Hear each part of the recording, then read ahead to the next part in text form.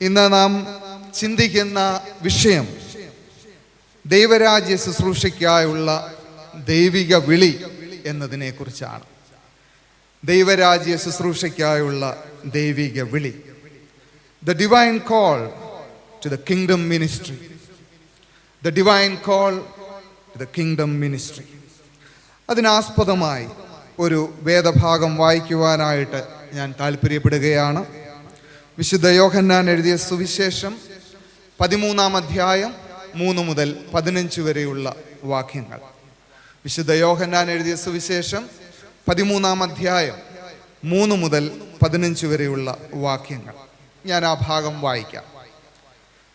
പിതാവ് സകലവും തൻ്റെ കയ്യിൽ തന്നിരിക്കുന്നു എന്നും താൻ ദൈവത്തിൻ്റെ അടുക്കൽ നിന്ന് വന്നു ദൈവത്തിൻ്റെ അടുക്കൽ പോകുന്നു എന്നും യേശു അറിഞ്ഞിരിക്കെ അത്താഴത്തിൽ നിന്ന് എഴുന്നേറ്റ് വസ്ത്രമൂരി വച്ച് ഒരു തുവർത്തെടുത്ത് അരയിൽ ചുറ്റി ഒരു പാത്രത്തിൽ വെള്ളം പകർന്ന് ശിഷ്യന്മാരുടെ കാൽ കഴുകുവാനും അരയിൽ ചുറ്റിയിരുന്ന തുണി കൊണ്ട് തുവർത്തുവാനും തുടങ്ങി. അവൻ ശീമോൻ പത്രോസിൻ്റെ അടുക്കൽ വന്നപ്പോൾ അവൻ അവനോട്, കർത്താവേ, നീ എൻ്റെ കാൽ കഴുകുന്നുവോ എന്ന് പറഞ്ഞു. യേശു അവനോട്, ഞാൻ ചെയ്യുന്നത് നീ ഇപ്പോൾ അറിയുന്നില്ല, പിന്നെ അറിയും എന്ന് ഉത്തരം പറഞ്ഞു. നീ ഒരു നാളും എൻ്റെ കാൽ കഴുകുകയില്ല എന്ന് പത്രോസ് പറഞ്ഞു. അതിന് യേശു, ഞാൻ നിന്നെ കഴുകാഞ്ഞാൽ നിനക്ക് എന്നോടുകൂടെ പങ്കില്ല എന്ന് പറഞ്ഞു. നീ ഒരു നാളും എൻ്റെ കാൽ കഴുകുകയില്ല എന്ന് പത്രോസ് പറഞ്ഞു. അതിന് യേശു ഇരുന്നു അവരോട് പറഞ്ഞത്, ഞാൻ നിങ്ങൾക്ക് ചെയ്തത് ഇന്നത് എന്ന് അറിയുന്നുവോ? നിങ്ങൾ എന്നെ ഗുരുവെന്നും കർത്താവെന്നും വിളിക്കുന്നു. ഞാൻ അങ്ങനെ ആകൊണ്ട് നിങ്ങൾ പറയും, ഇന്നത് എന്ന് അറിയുന്നുവോ? നിങ്ങൾ എന്നെ ഗുരുവെന്നും കർത്താവെന്നും വിളിക്കുന്നു. ഞാൻ അങ്ങനെ കൊണ്ട് നിങ്ങൾ പറയുന്നത് ശരി. കർത്താവ് നിങ്ങളുടെ കാൽ കഴുകേണ്ടതാകുന്നു. നിങ്ങളും ചെയ്യേണ്ടതിന് ഞാൻ നിങ്ങൾക്ക് ദൃഷ്ടാന്തം തന്നിരിക്കുന്നു. നമുക്ക് വളരെ പരിചിതമായ ഒരു വേദഭാഗമാണ് ഇത്. ക്രിസ്തു ശിഷ്യൻ എന്ന നിലയിൽ പത്രോസിൻ്റെ ജീവിത വീക്ഷണങ്ങളെ ആകമാനം വെല്ലുവിളിക്കുകയും സ്വാധീനിക്കുകയും ചെയ്ത ഒരു സംഭവമാണ് നാം ഇവിടെ വായിച്ചു കേട്ടത്.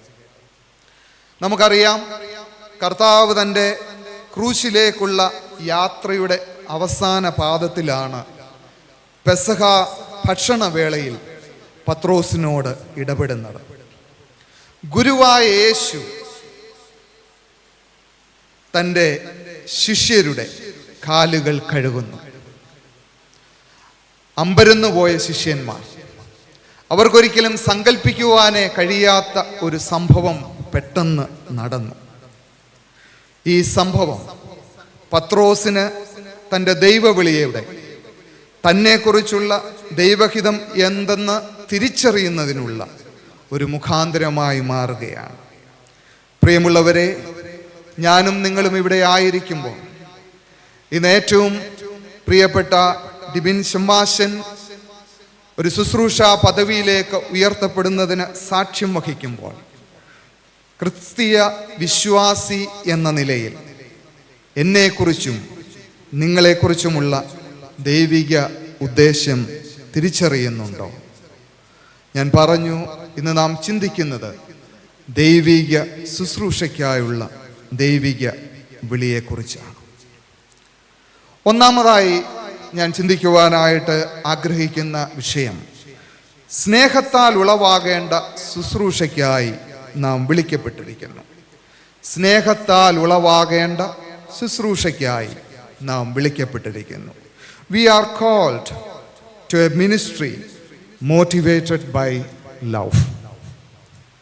Our ministry must be motivated by love.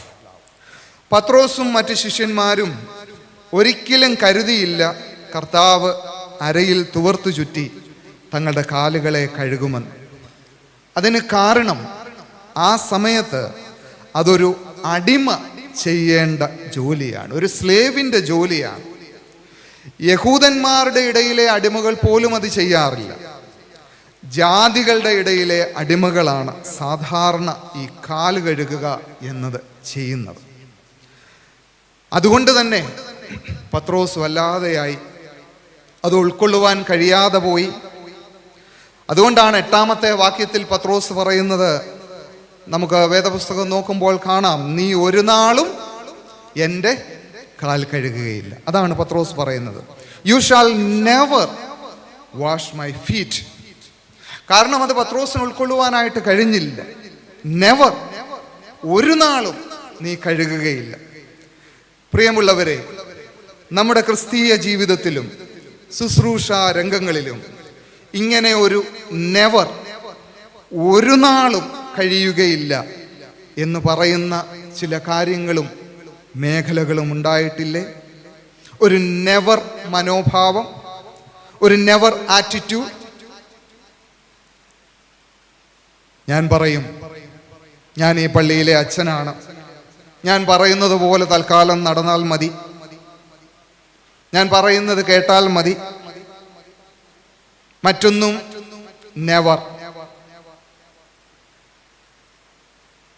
ഞാൻ അച്ഛനെ കുറിച്ച് പറഞ്ഞപ്പോൾ നിങ്ങൾ വളരെ ശ്രദ്ധയോടെ കേട്ടിരുന്നു. എന്നാൽ നമ്മളും അങ്ങനെ തന്നെയാണ്. അച്ഛൻ ഇന്നലെ വന്നതാ. ഞങ്ങൾ അപ്പൻ്റെ അപ്പൂപ്പൻ്റെ കാലം മുതൽ ഈ പള്ളിയിലുണ്ട്. അതുകൊണ്ട് ഞങ്ങൾ പറയുന്നത് പോലെ നടക്കൂ, ബാക്കിയെല്ലാം നെവർ. ഒരു മനോഭാവം നമ്മളെ ബാധിച്ചിട്ടുണ്ടോ? സ്രഷ്ടാവായ ദൈവം സൃഷ്ടിയുടെ മുന്നിൽ കൂനി വളഞ്ഞു നിന്ന് ഒരടിമയെ പോലെ അവൻ്റെ കാൽ കഴുകുമ്പോൾ അതിനെ വിളിക്കുന്ന പേരാണ് സ്നേഹം. വേറല്ലാതെ എന്തതിനെ വിളിക്കും? സ്നേഹത്തിൽ ഉളവാകപ്പെടുന്ന ശുശ്രൂഷകളായിരിക്കണം നമ്മുടേത്. മറ്റുള്ളതൊക്കെ അതിന് താഴെയായിരിക്കണം. ഞാനൊരു ഇടവകയിൽ ശുശ്രൂഷ ചെയ്തപ്പോൾ അവിടെയുള്ള ഒരു വ്യക്തിയുമായി ചില കാര്യങ്ങളിൽ അഭിപ്രായ വ്യത്യാസമുണ്ടായി, വാക്കുതർക്കമുണ്ടായി. എന്നിലെ അച്ഛനെന്ന ഭാവം ഉണർന്നു. ഞാൻ പറയുന്നത് പോലെ ചെയ്താൽ മതി, ഇങ്ങനെ നടന്നാൽ മതി. അപ്പോൾ അദ്ദേഹം ഒട്ടും വിട്ടു തന്നില്ല. അദ്ദേഹം അതിനേക്കാൾ ഷൗട്ട് ചെയ്തു. ഞങ്ങൾ രണ്ടും വളരെ കഠിനമായി അങ്ങോട്ടും ഇങ്ങോട്ടും വാഗ്വാദം ചെയ്തു, പലരുടെ മുൻപിൽ വെച്ചാണ്. ആ സംഭവം കഴിഞ്ഞു. വൈകുന്നേരമായപ്പോൾ എനിക്ക് മനസ്സിൽ വളരെ പ്രയാസം തോന്നി. ഇത് ശരിയായില്ലല്ലോ. വൈകിട്ട് ഞാൻ എൻ്റെ വൈഫിനോട് പറഞ്ഞു, നമുക്ക് അവരുടെ വീട്ടിലേക്കൊന്ന് പോകാം. അപ്പോൾ വൈഫ് പറഞ്ഞു, എങ്ങനെയാ സ്വീകരിക്കുന്നതെന്ന് അറിയത്തില്ല, ഇവിടെ വെച്ച് തന്നെ ഭയങ്കരമായ കോപിച്ചാണ് പോയത്, വീട്ടിൽ കയറ്റുമോന്ന് പോലും അറിയത്തില്ല, ഏതായാലും നമുക്ക് പോകാം. അങ്ങനെ ഞങ്ങൾ സന്ധ്യയായപ്പോൾ ആ വീട്ടിലേക്ക് ചെന്നു. വാതിൽ തുറന്നത് ഭാര്യയാണ്. അയ്യോ, അച്ഛൻ വന്നു. ഓടി അകത്തേക്ക് കയറി. ഞങ്ങളോട് പറഞ്ഞു കയറി വരുവാനായിട്ട് പറഞ്ഞു. ഞാൻ വാതിൽ നിന്ന് കയറുന്നതിന് മുൻപായിട്ട് പറഞ്ഞു, എന്നോട് ക്ഷമിക്കണം, ചില കാര്യങ്ങൾ അറിയാതെ എൻ്റെ വായിൽ നിന്ന് വന്നുപോയി, ഒരിക്കലും ഉദ്ദേശിച്ചതല്ല, ദയവായിട്ടത് ക്ഷമിക്കണം. അദ്ദേഹത്തിൻ്റെ കണ്ണിൽ കൂടി കണ്ണുനീര് വന്നു. അദ്ദേഹം പറഞ്ഞു, അച്ഛനെ എങ്ങനെ ഫേസ് ചെയ്യണമെന്ന് വിചാരിച്ചിരിക്കുകയായിരുന്നു ഞാൻ. എങ്ങനെ അച്ഛനോട് വാക്കുകളൊക്കെ അറിയാതെ പറഞ്ഞുപോയി, എങ്ങനെ ഇനി ഞാൻ അച്ഛനെ ഫേസ് ചെയ്യും? അച്ഛൻ വന്നല്ലോ. പ്രിയമുള്ളവരെ, സ്നേഹത്തിനപ്പുറമായി ഒരു ശുശ്രൂഷ മനോഭാവമുണ്ടോ? നമ്മുടെ പ്രവർത്തനങ്ങളൊക്കെയും സ്നേഹത്താൽ ഉളവാകണം. കർത്താവ് കാണിച്ച വലിയൊരു മാതൃക അതാണ്. നിങ്ങൾ ഇതുപോലെ ചെയ്യണം. കർത്താവ് നമ്മളോട് പറയുന്നു, we are called to a ministry that must be motivated by love. രണ്ടാമത്, ദൈവിക ശുശ്രൂഷയായുള്ള ദൈവവിളിയിൽ ശുശ്രൂഷയുടെ വൈവിധ്യങ്ങളെ അംഗീകരിക്കുവാനായി നാം വിളിക്കപ്പെട്ടിരിക്കുന്നു.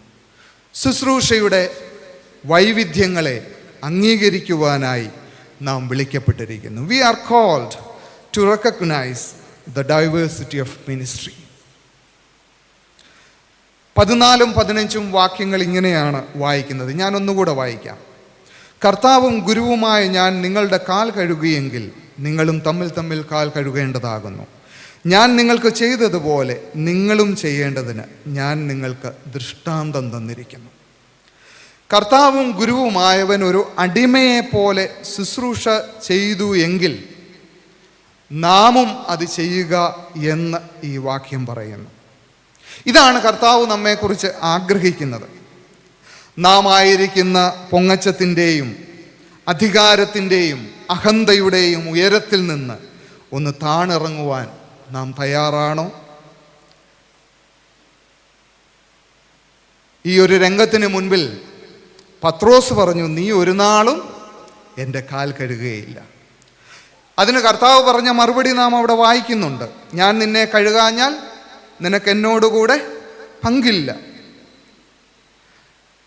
പത്രോസ് നീ ഒരു നാളും എൻ്റെ കാൽ കഴുകുകയില്ല എന്ന് പറയുമ്പോൾ നമുക്ക് മനസ്സിലാകും, കർത്താവെ, ഒരു ഗുരുവായ നീ ഒരടിമയെപ്പോലെ എൻ്റെ കാല് കഴുകുന്നത് എനിക്ക് ചിന്തിക്കുവാനേ സാധ്യമല്ല. എന്നാൽ കർത്താവ് പറഞ്ഞു, നിനക്ക് എന്നോടുകൂടെ പങ്കു വേണോ? ഞാൻ നിൻ്റെ കാൽ കഴുകണം. അപ്പോൾ പത്രോസ് പറയുകയാണ്, കർത്താവേ, എൻ്റെ കാൽ മാത്രമല്ല, പിന്നെ എൻ്റെ കൈയും തലയും കൂടെ കഴുകണമേ. ആദ്യം വായിക്കുമ്പോൾ ഇത് പത്രോസിൻ്റെ ഒരു സമ്പൂർണ്ണ സമർപ്പണമായി നമുക്ക് തോന്നുമെങ്കിലും താഴോട്ടുള്ള വാക്യങ്ങൾ വായിക്കുമ്പോൾ അങ്ങനെയാണോ എന്നൊരു സംശയം നമുക്ക് തോന്നും. ഒരു സമർപ്പണം കൊണ്ടാണോ പത്രോസ് അത് പറഞ്ഞത്? ആയിരിക്കാം, ഞാൻ നിഷേധിക്കുന്നില്ല. എന്നാൽ താഴോട്ടുള്ള വാക്യങ്ങൾ വായിക്കുമ്പോൾ അതൊരു സമർപ്പണത്തിൻ്റെ ശബ്ദമാണോ? കർത്താവേ, നീ എൻ്റെ കൈയും തലയും കൂടെ കഴുകണമേ എന്ന് പറയുന്നത് എന്ന് സംശയിക്കണം. കാരണം കാൽ കഴുകുന്നത് ഒരടിമയുടെ ജോലിയാണ്. എന്നാൽ കൈയും തലയും കൂടെ കഴുകുന്നത് ഒരടിമയല്ല. അപ്പോൾ അതൊരു റിച്വലായി മാറുന്നു. അതൊരു ഗുരു, ഒരു റബ്ബി ചെയ്യുന്നതാണ്. പത്രോസിന് എപ്പോഴും കർത്താവിന് ആ ചെയ്യുന്ന പ്രവൃത്തിയെ അംഗീകരിക്കാൻ കഴിഞ്ഞോ എന്നത് സംശയമാണ്. കർത്താവേ, നീ ഒരടിമയെപ്പോലെ ഇത് ചെയ്യണ്ട, പകരം നീ എന്ത് ചെയ്യുക? നീ ഒരു ഗുരുവിനെ പോലെ ഇത് ചെയ്യുക. എൻ്റെ കൈയും തലയും കൂടെ നീ കഴുകണം. കർത്താവ് കൊടുത്ത ഒരു മറുപടി, ഇന്നത്തെ ഭാഷയിൽ പറഞ്ഞാൽ ഒരു സൂപ്പർ മറുപടിയായിരുന്നു. യേശു അവനോട്, 10ാമത്തെ വാക്യമാണ്, കുളിച്ചിരിക്കുന്നവന് കാലല്ലാതെ കഴുകുവാൻ ആവശ്യമല്ല. കുളിച്ചിരിക്കുന്നവന് കാലല്ലാതെ കഴുകുവാൻ ആവശ്യമല്ല. പലപ്പോഴും ദൈവമാണെങ്കിൽ പോലും നാം വാർത്തുണ്ടാക്കിയ ചില അച്ചുകളിൽ, ചില മൂശകളിൽ ഒതുങ്ങിയിരിക്കുമ്പോഴാണ് നമുക്ക് സ്വീകാര്യമാകുന്നത്. അതിനുള്ളിൽ നിന്ന് പ്രവർത്തിക്കണം. മറ്റുള്ളതൊന്നും അംഗീകരിക്കത്തക്കതല്ല. പറയുന്നത് കേട്ടിട്ടില്ലേ? ഏത് കർത്താവായാലും ഞാൻ അംഗീകരിക്കത്തില്ല.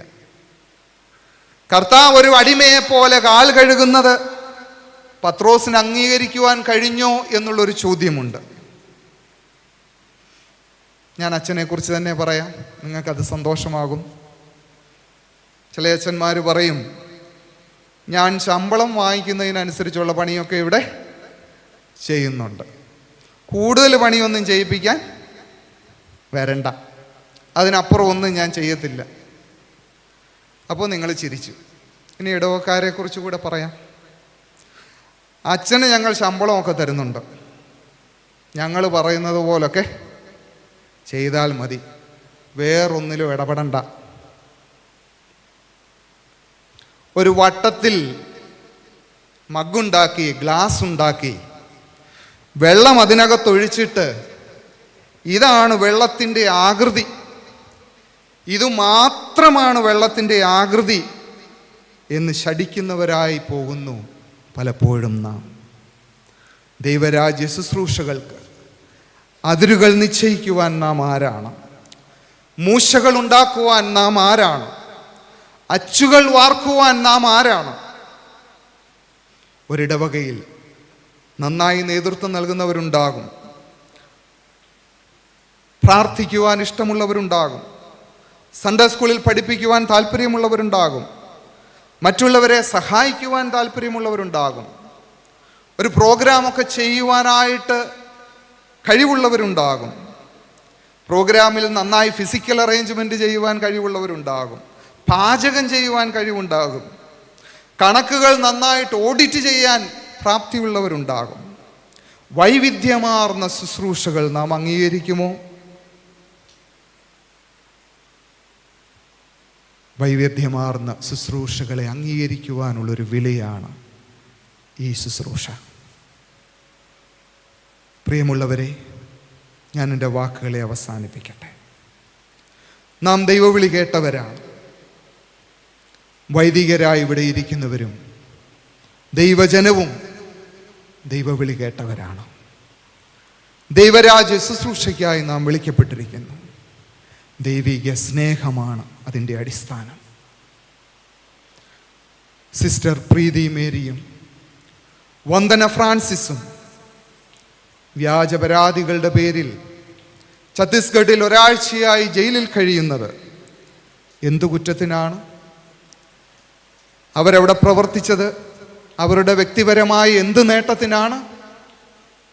ഒന്നിനുമല്ല. ദൈവിക സ്നേഹം, ദൈവിക സ്നേഹത്തിൽ ഉളവാകേണ്ട ശുശ്രൂഷ. A ministry motivated by the divine love. ദൈവരാജ്യ ശുശ്രൂഷയുടെ വിവിധ തലങ്ങളെ നമുക്ക് മാനിക്കാമോ?